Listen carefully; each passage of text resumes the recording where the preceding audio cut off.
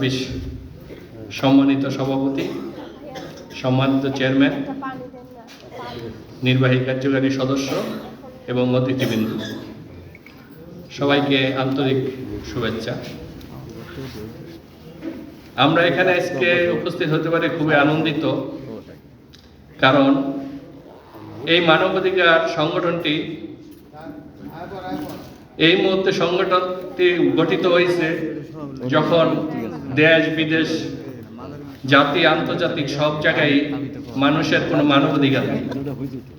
যখন মানুষের অধিকারগুলো লুণ্ঠিত হইতেছিল, মানুষ এইখানে সদস্য সহায় আন্তরিকভাবে সহযোগিতা করব। সোহেল ভাইকে একজনের পক্ষে কোনো জিনিসে আগিয়ে নেওয়া সম্ভব নয়, তাই প্রতিষ্ঠিত চেয়ারম্যানকে আমরা সবাই সহযোগিতা করব। যারা দূর দূরান্ত থেকে আসছেন, এই সংগঠনের পক্ষ থেকে আমার এবং ব্যক্তিগত পক্ষ থেকে অশেষ ধন্যবাদ।